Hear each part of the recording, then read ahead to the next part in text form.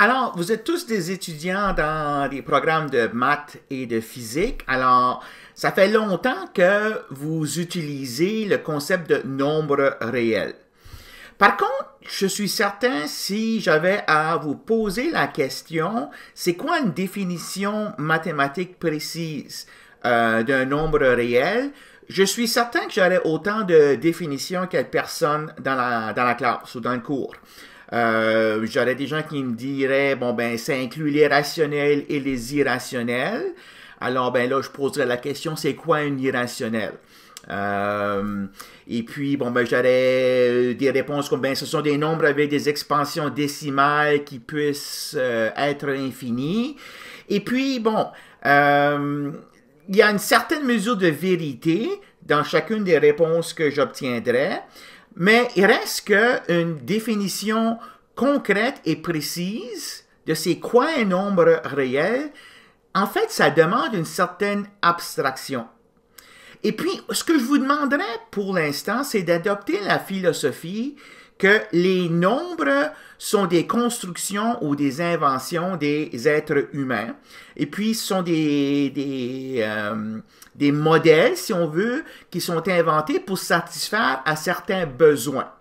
Hein? Donc, si on commence, par exemple, avec le besoin de compter des objets pour pouvoir comparer des groupes de mêmes objets. Hein? Donc, on invente les nombres entiers pour pouvoir compter les objets.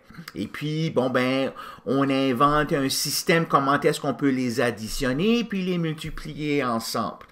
Alors, c'est probablement le premier besoin d'abstraction que les humains ont fait. C'est d'associer un groupe d'objets physiques, un concept abstrait, un nombre.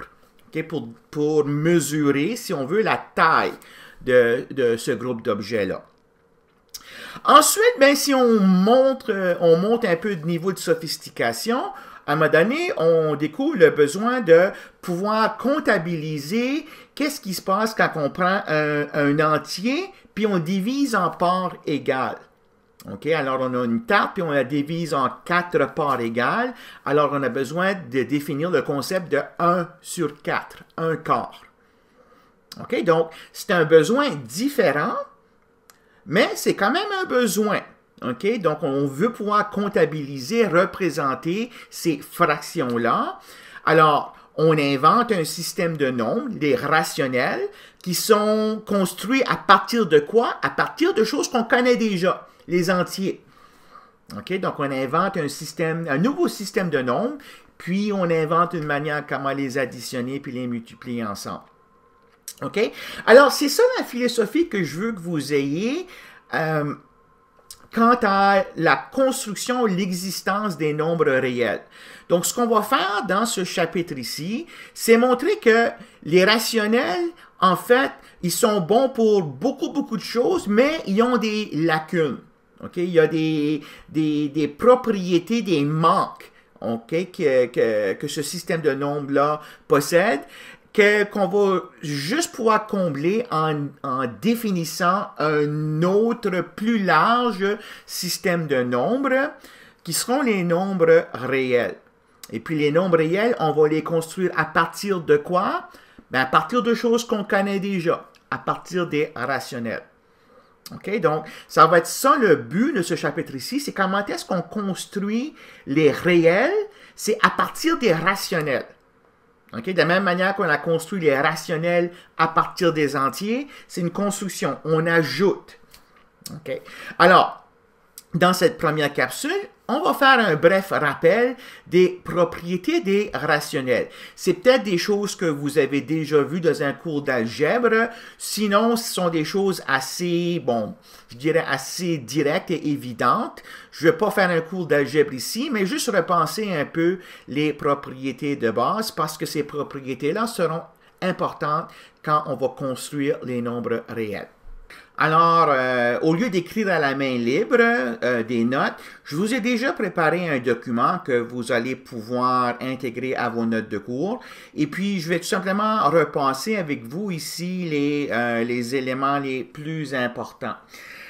Donc, on parle de structure algébrique des rationnels. Donc, je vais vous rappeler, c'est quoi d'abord, c'est quoi un nombre rationnel?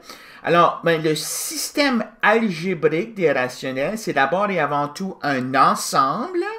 L'ensemble qu'on dénote Q majuscule, d'expressions qui sont de la forme P sur Q, où P et Q sont des entiers, et puis Q est différent de l'entier 0. Alors, vous voyez, comme je disais en introduction, qu'on construit les rationnels à partir des entiers. Hein, on sait c'est quoi des entiers. Alors, on forme des expressions avec deux entiers, un en haut et un en bas. Et puis, on définit une manière de les additionner ensemble. OK? Alors, on additionne deux rationnels avec cette formule ici. C'est la formule que vous connaissez depuis l'école élémentaire. Et puis, une multiplication qui, elle aussi, c'est la formule que vous connaissez depuis l'élémentaire.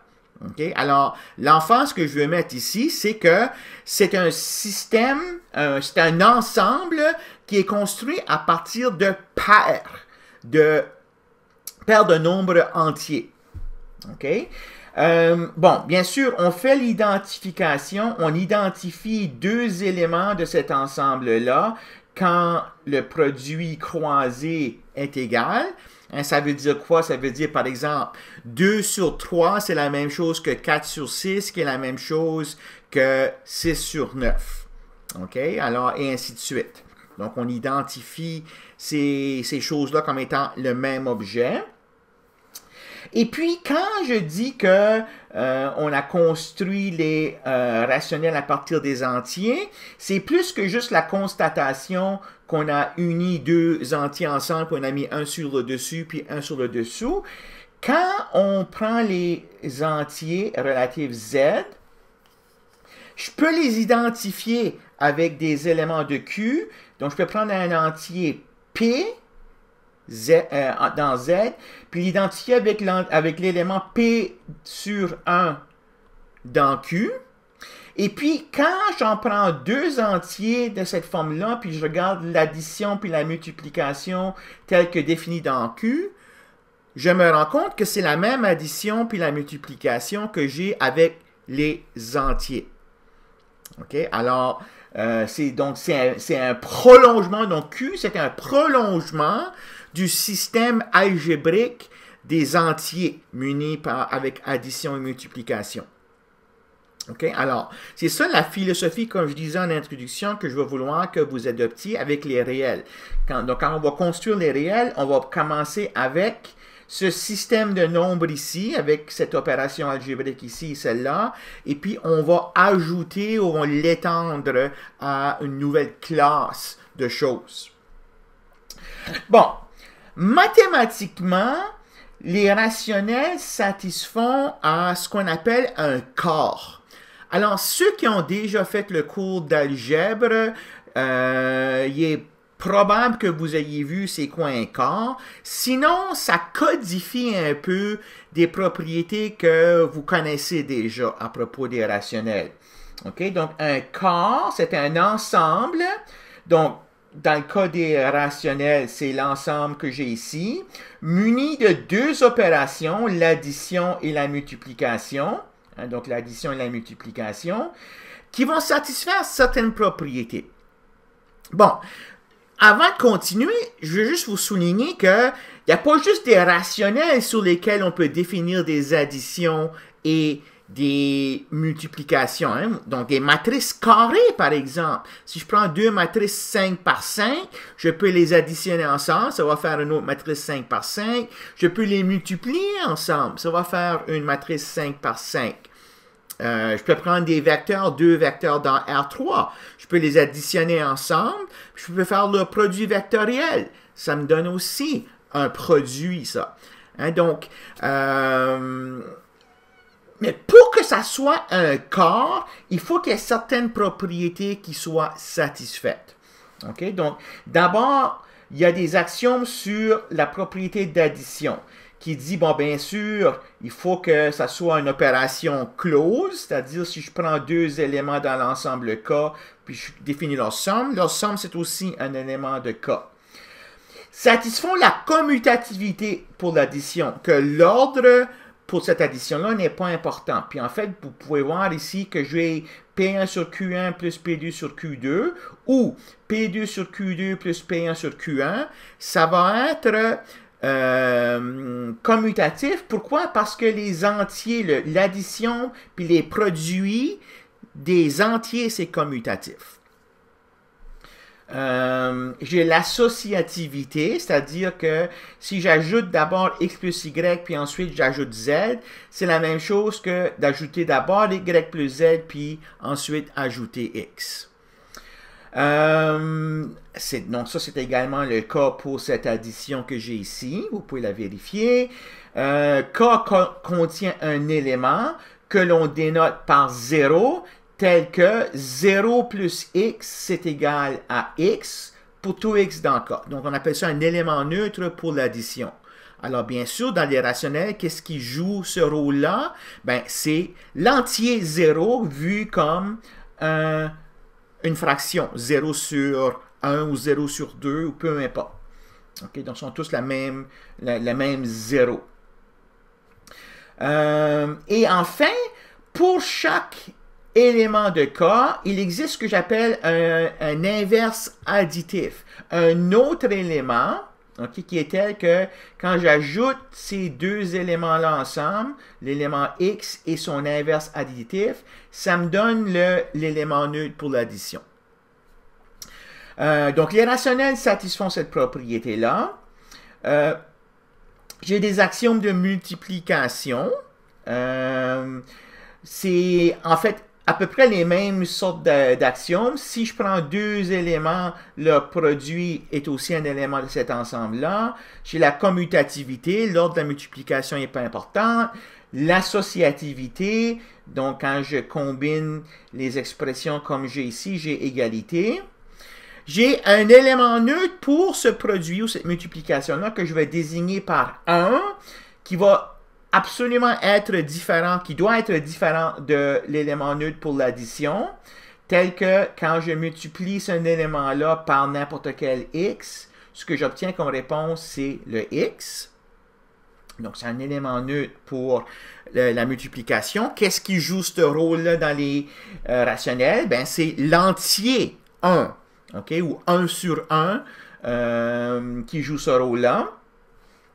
Et enfin, pour chaque élément différent de l'élément neutre pour l'addition, il existe un inverse multiplicatif qu'on peut désigner comme un x avec un exposant moins 1, qu'on dénote aussi comme 1 divisé par x. C'est un élément de K, tel que quand je les multiplie ensemble, ça me donne cet élément neutre pour la multiplication-là.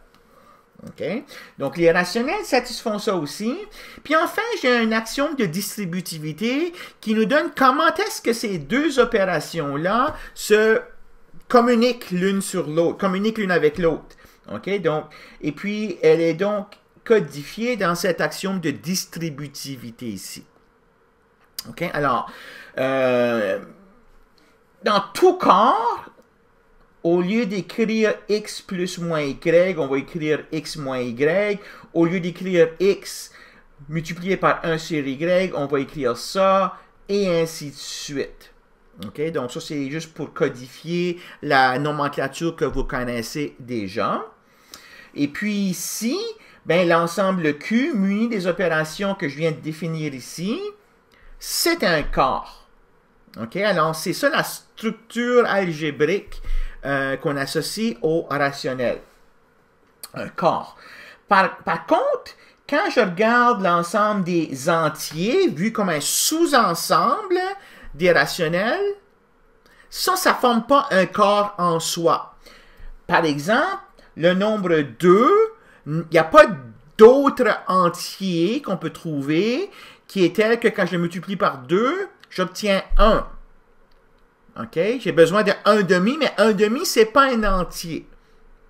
OK? Alors, donc Q, c'est un corps avec l'addition puis la multiplication. Z, ne l'est pas. Bon, dans le cours d'algèbre, vous allez voir plein d'autres exemples de corps qui sont différents de Q.